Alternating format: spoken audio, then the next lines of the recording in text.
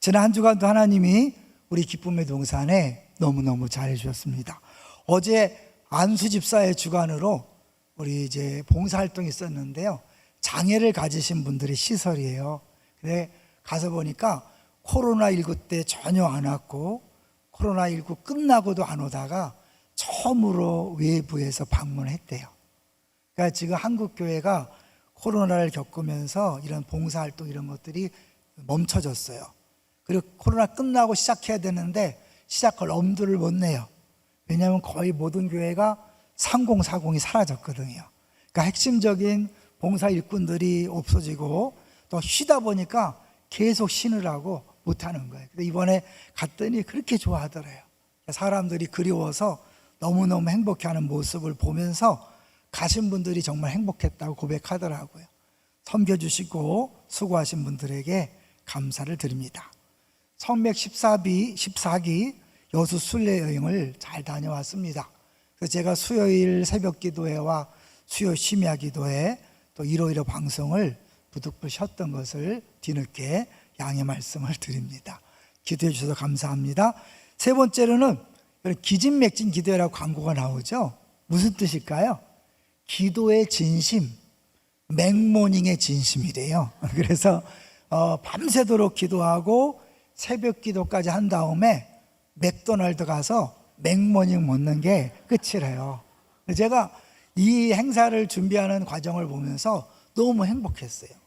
우리 옛날에는 다 철야기 많이 했잖아요. 그때는 주 5일 근무도 아니기 때문에 토요일 학교 다 갔죠. 직장생활 다 했지만 금요일날 밤새도록 기도하고 또 새벽 기도까지 하고 졸린 눈으로 직장 가고 학교 갔던 기억이 있잖아요. 이번에 청년들이 그런 기도하겠다고 자발적으로 준비하고 진행하는 게 너무 기특하고 좋았어요. 기도 많이 해주시고요. 여러분도 참여할 수 있습니다.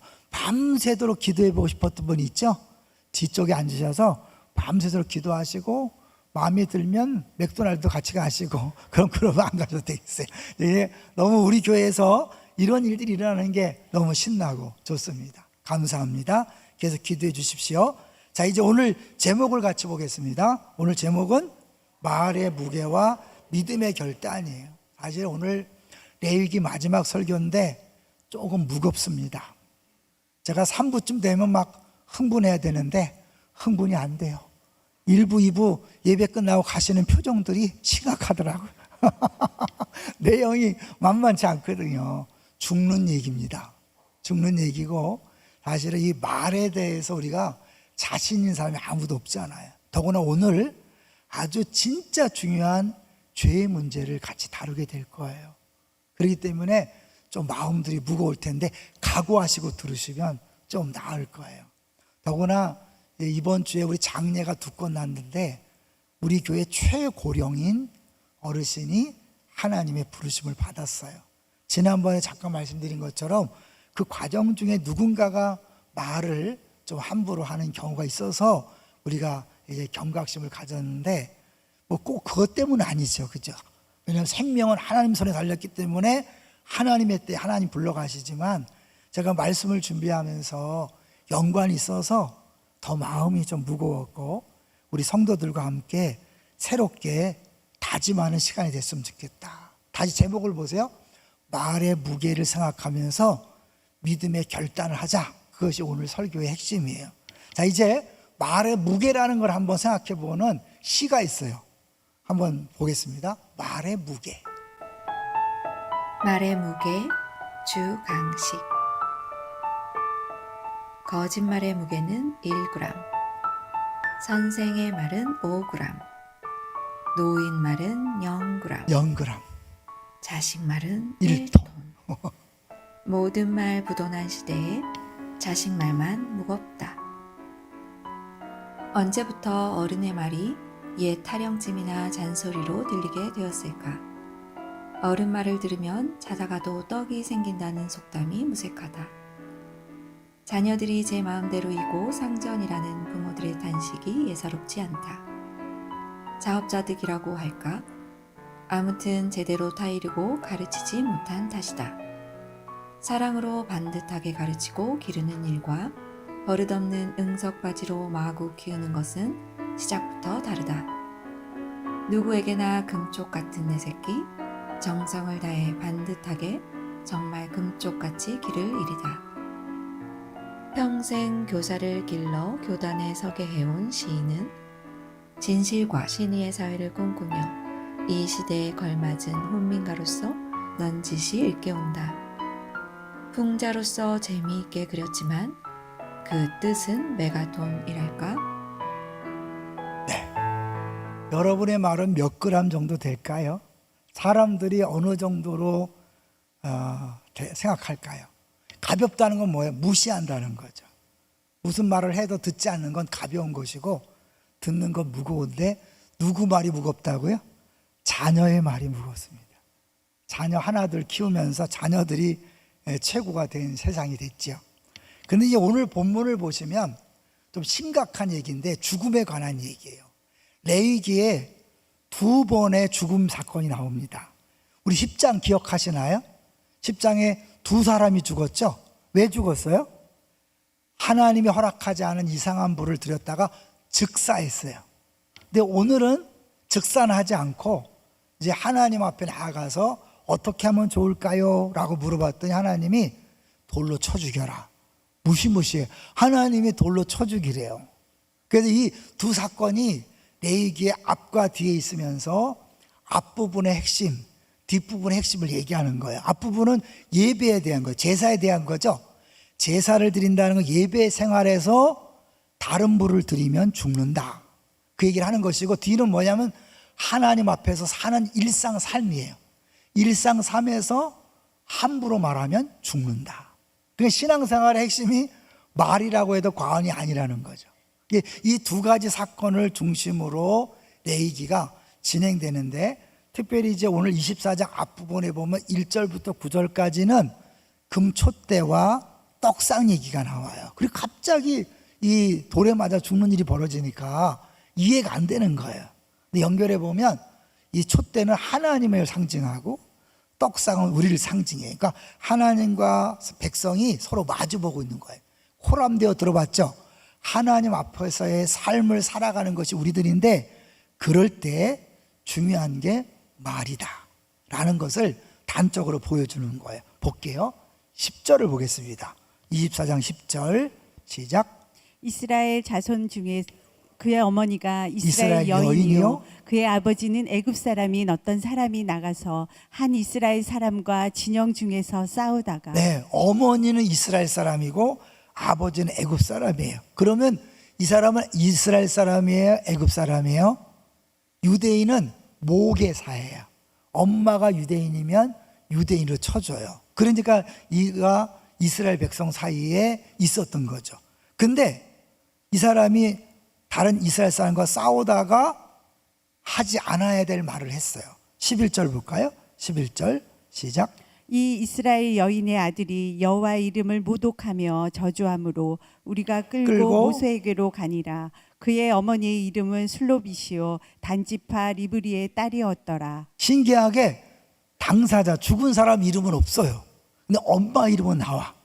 또 외할아버지 이름은 나와요. 근데 당사자 이름이 없어요. 그 다음에 이제 뭐 당연히 아버지 애굽 사람이니까 이름이 없는데, 요 이름 2개를 이거 보여주는 건 뭐예요?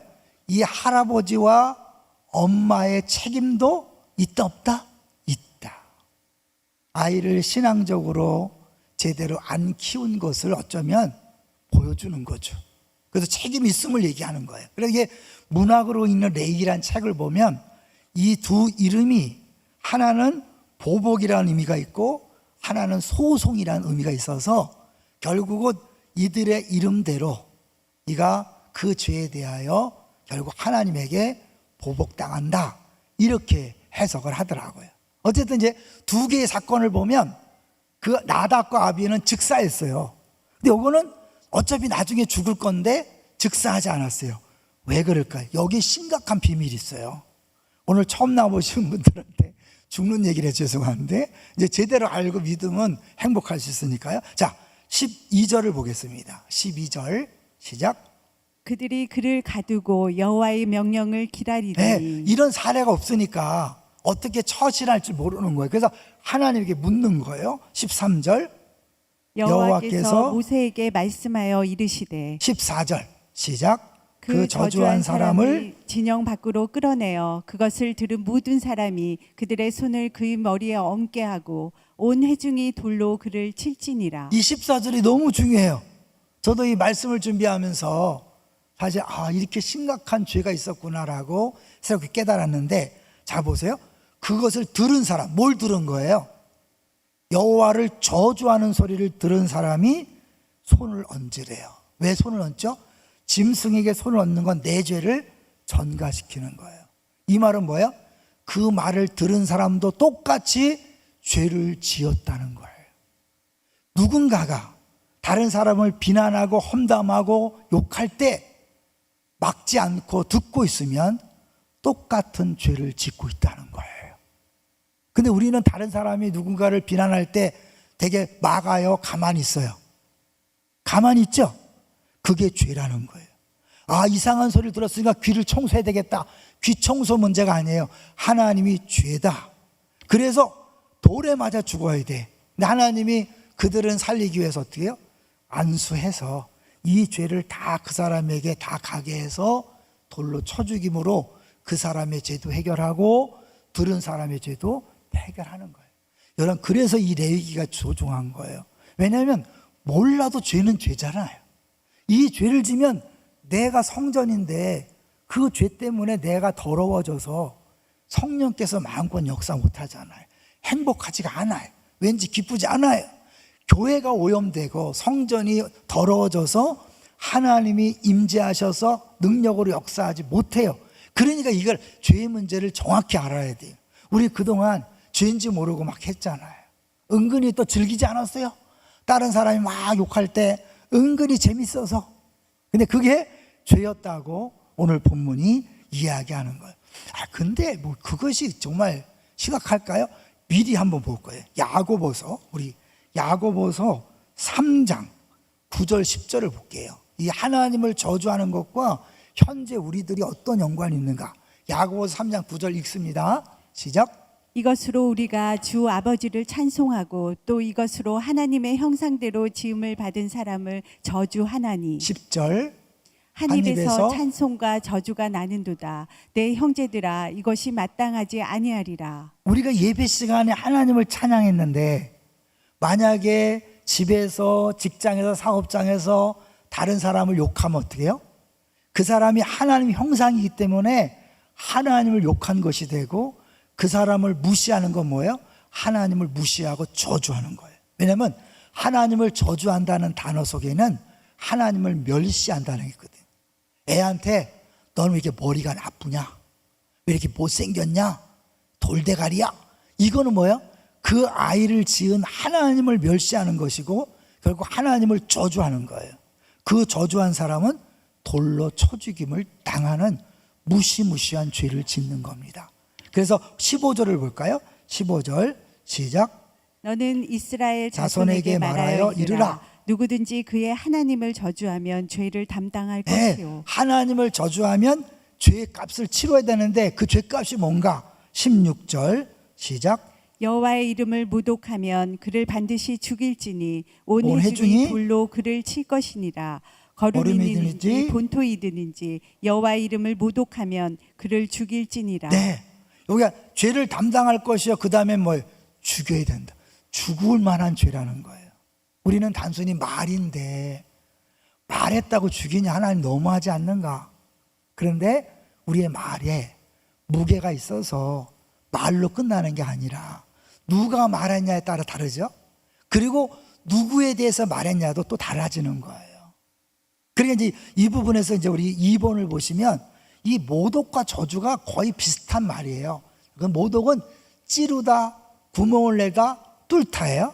다양하게 번역이 되는데 결국 하나님의 이름을 모독했다는 건 뭐예요? 하나님 이름을 찔렀다, 그런 뜻이에요. 자, 그 다음에 저주 볼까요? 저주도 이제 왔다 갔다 하는데 보면 저주는 뭐예요? 가볍게 하다, 멸시하다, 줄이다, 경멸하다. 심지어는 홍수가 났어. 노아 홍수 때 물이 줄어들었는가를 확인할 때 저 단어를 쓴 거예요. 하나님을 가볍게 여기고 함부로 대하는 것. 아까 얘기했죠? 내 주변 사람들을 무시하고 함부로 말하고 조롱하고 욕하는 것은 누구를? 그 사람을 지은 하나님을 조롱하고 하나님을 무시하는 거니까 저주한 거나 마찬가지. 아까 나답과 아비후는요, 잘못된 불을 들여서 불로 죽었어요. 이 사람은 하나님을 저주했기 때문에 하나님의 저주를 받아 죽은 거예요. 이게 뭐예요? 행한 대로 갚아주는 거예요. 그래서 16절 뒷부분부터 보면 이제 뭐예요? 우리가 아는 눈에는 눈, 이에는 이라는 우리가 잘 아는 그 동행복수법이 나오는 거예요. 이 법이 왜 나왔냐? 이 사건을 중심으로 나온 거예요. 그래서요, 한번 잠깐 보면 저주라는 게 뭔지를 볼까요? 6번부터 볼게요. 6번. 저주한다는 게 뭘까? 읽어보겠습니다. 신에 대한 저주란 일종의 신을 죽이는 행위를 암시한다.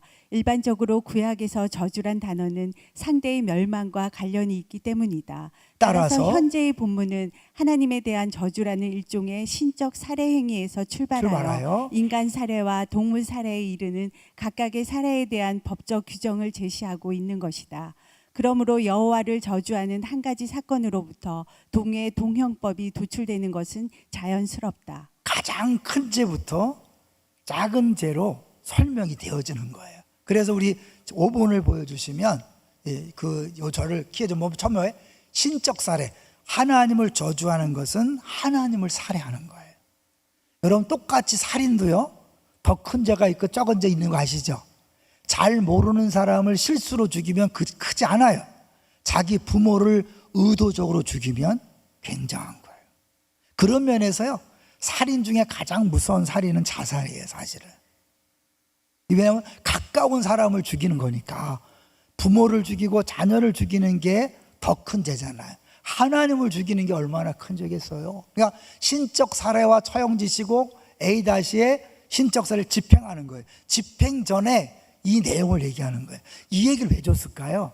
하나님이 너무 잔인하고 가혹한가? 아니면 우리를 보호하기 위함인가? 어때요? 보호하기 위함이에요? 잔인한 거예요? 보호하는 거예요. 사람은요, 자기가 당한 만큼 갚습니까? 더 갚아버립니까? 죄성이 있어서 만약에 나를 한 대 때리잖아요? 한 대로 만족 못해. 최소한 3대를 때려야 돼.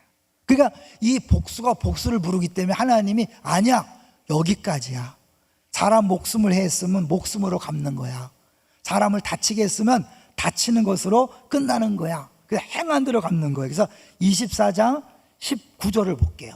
24장 19절 시작. 사람이 만일 그의 이웃에게 상해를 입혔으면 그가 행한 대로 그에게 행할 것이니. 네, 행한 대로 갚아주는 거예요. 그 다음에 20절에도 입힌 그대로, 어떻게 보면 인과응보, 심은 대로 거두는 거죠. 그런 면에서 사실은 우리가요, 다른 사람을 함부로 말하면 반드시 그런 말을 듣게 돼 있어요. 이 말은 없어지는 게 아니에요. 여러분이 한번 말한 건 반드시 남아있어서 열매를 맺게 돼 있어요. 그 어떤 분이 그런 얘기, 심은 대로 거두기 때문에 지금 내가 애매한 소리를 듣거나 비난과 이상한 소리를 들을 때 한번 점검해 봐라. 과거에 네가 다른 사람에게 그렇게 말했던 적은 없는가?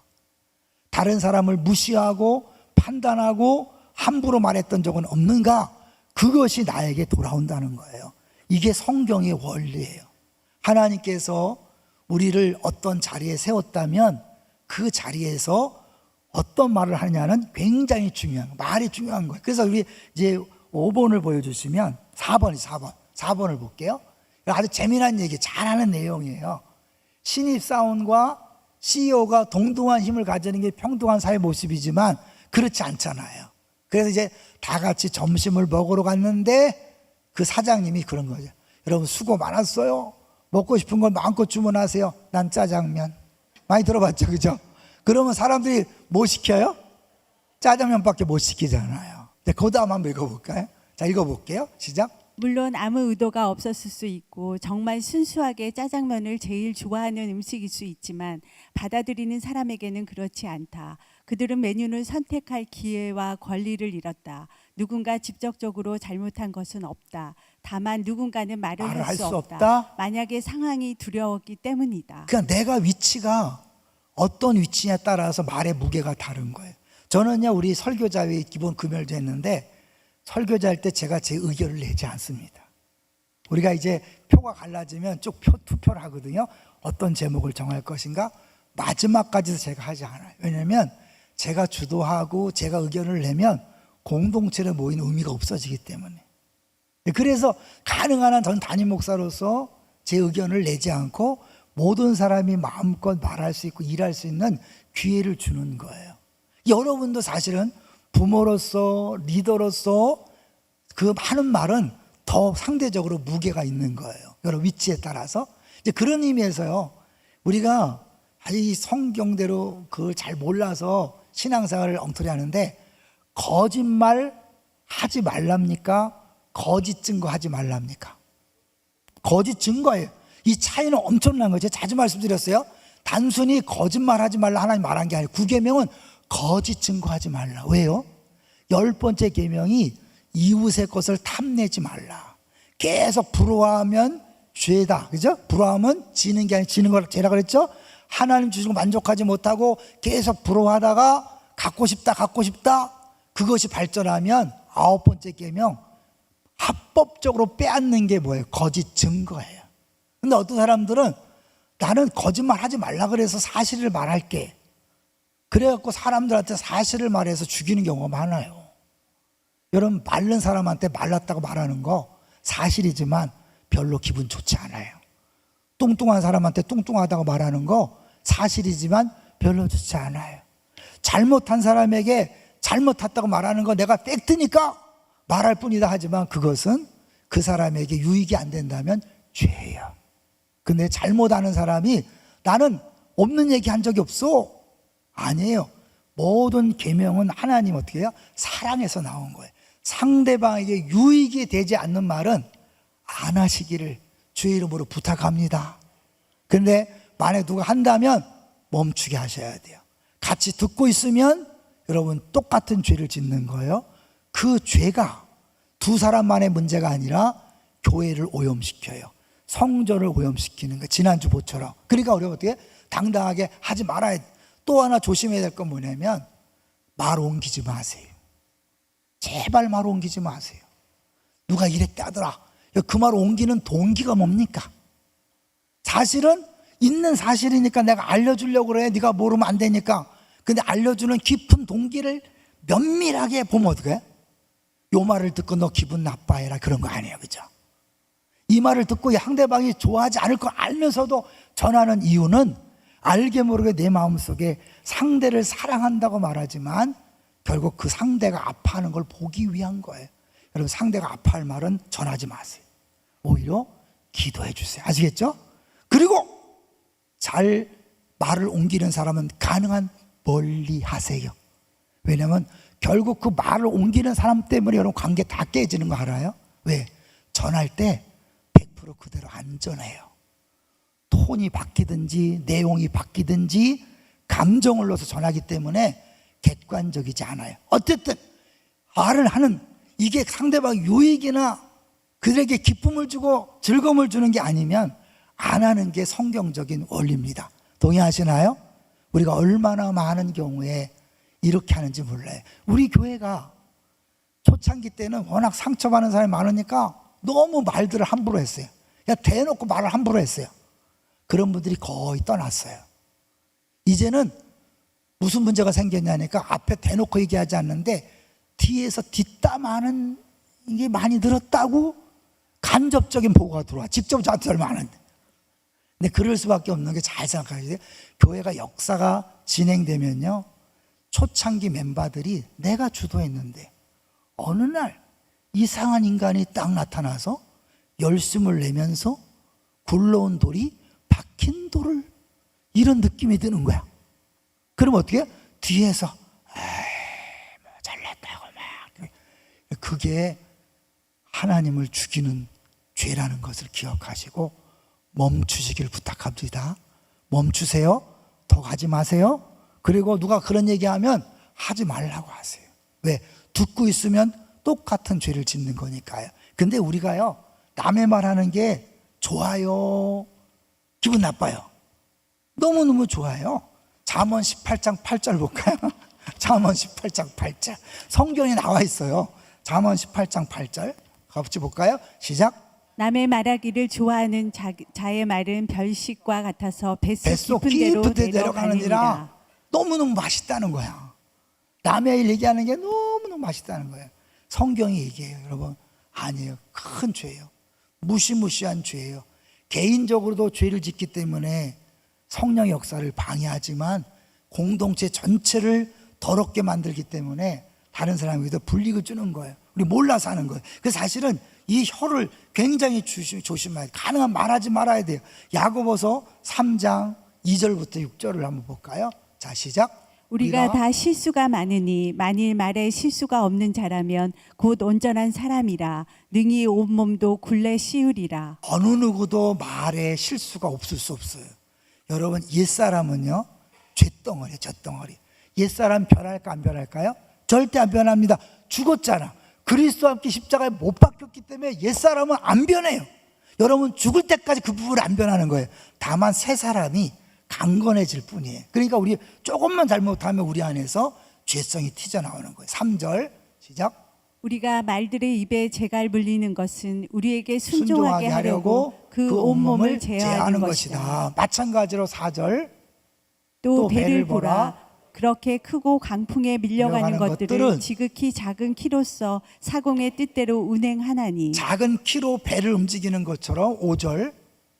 이와 같이 혀도 작은 지체로 돼 큰 것을 자랑하도다. 보라, 얼마나 작은 불이 얼마나 많은 나무를 태우는가. 작은 불이 다 태워요. 이 말은 한마디 말이 한 사람의 인생을 망가뜨릴 수도 있고 한 사람의 인생을 변화시킬 수도 있습니다. 동의하시나요? 6절 3장 6절. 혀는 곧 불이요. 불이요 불의 세계라. 혀는 우리 지체 중에서 온몸을 더럽히고 삶의 수레바퀴를 불사르나니 그 사르는 것이 지옥불에서 나느니라. 한번 내뱉어진 말은 수습할 수 없어요. 그 말은 반드시 열매를 맺게 돼 있어요. 자녀에게 함부로 말한 거, 그 자녀에게 열매를 맺어서 여러분 부모가 되었을 때 고통으로 다가옵니다. 노년의 고통으로 다가오는 이유는 잘못하면 아이들을 키울 때 함부로 말했던 그것이 지금 열매를 맺고 있을 수 있어요. 다는 아니에요. 그죠?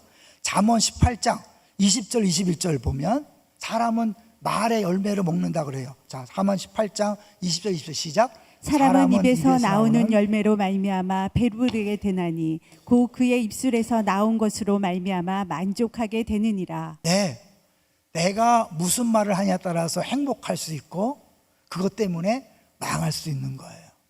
내가 지금 현재 처한 상황과 조건은 다는 아니에요. 그죠?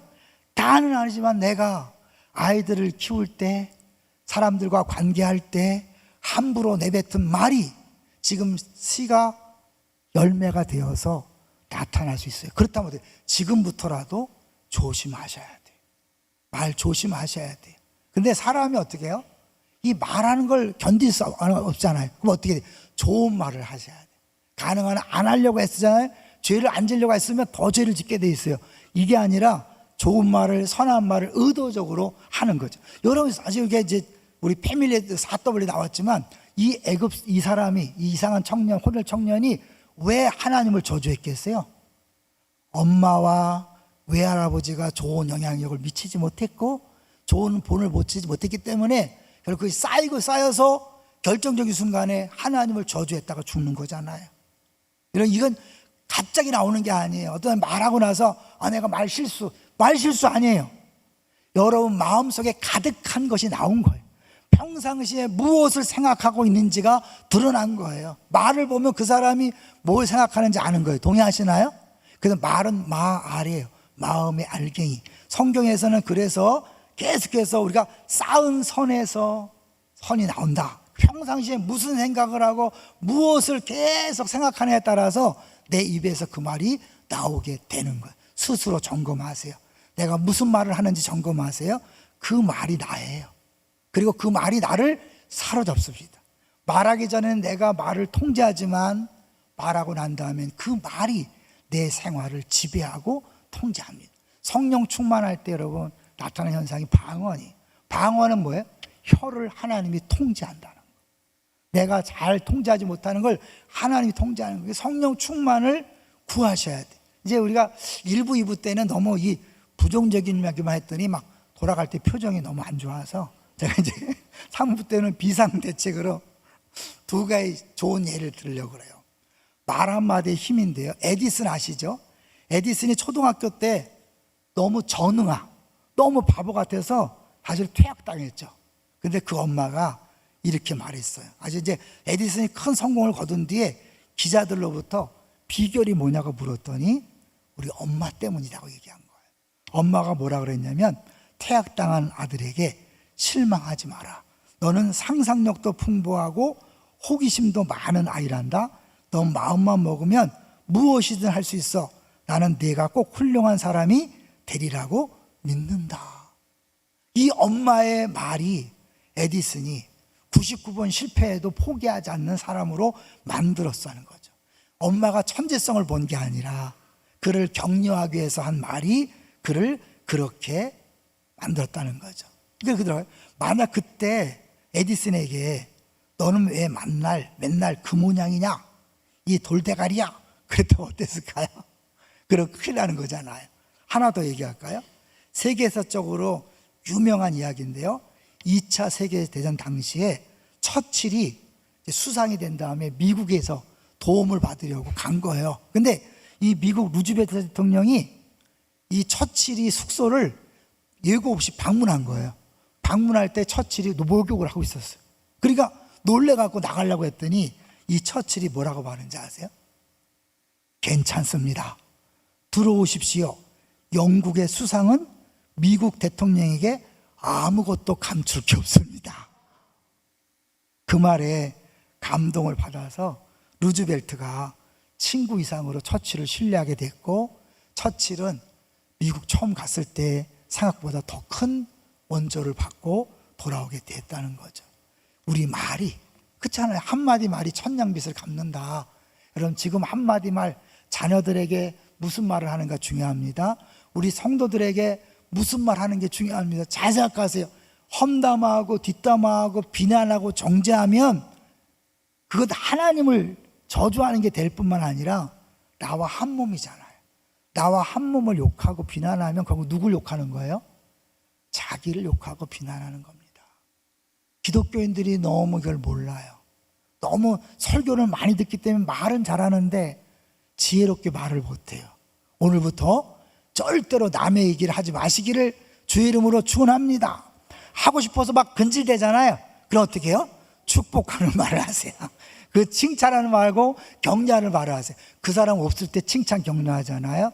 그 말을 옮겨주면 그 사람은 그냥 신나게 살아갈 수 있는 거죠. 이제 마지막 우리 8번을 한번 같이 볼까요?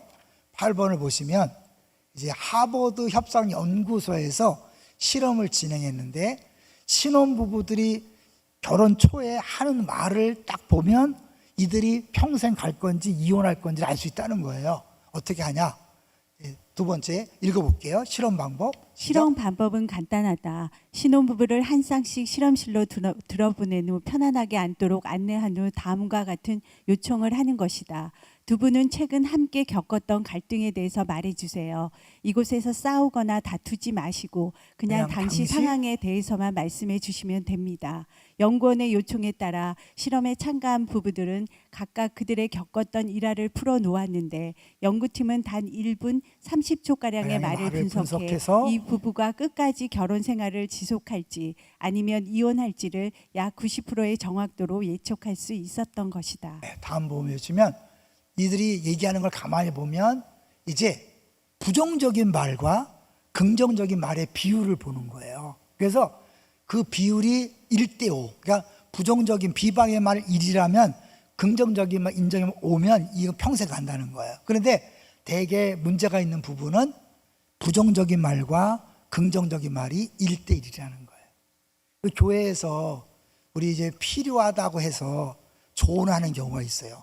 당신을 위해서. 여러분, 그러나 상대방이 들을 준비가 되어 있지 않으면 하면 안 돼요.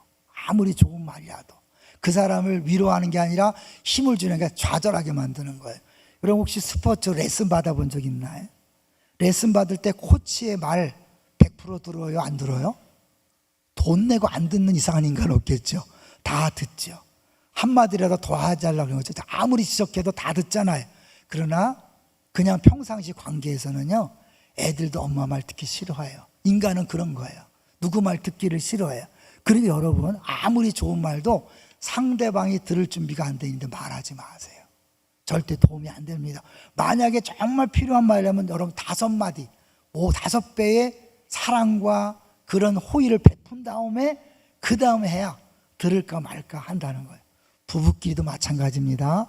부모 자녀 간에도 마찬가지고, 직장에서도 사업장에서도 우리 교회에서도 만약에 이런 원리를 가지고 서로 상대한다면 우리 교회는 행복한 천국이 될 줄로 믿습니다.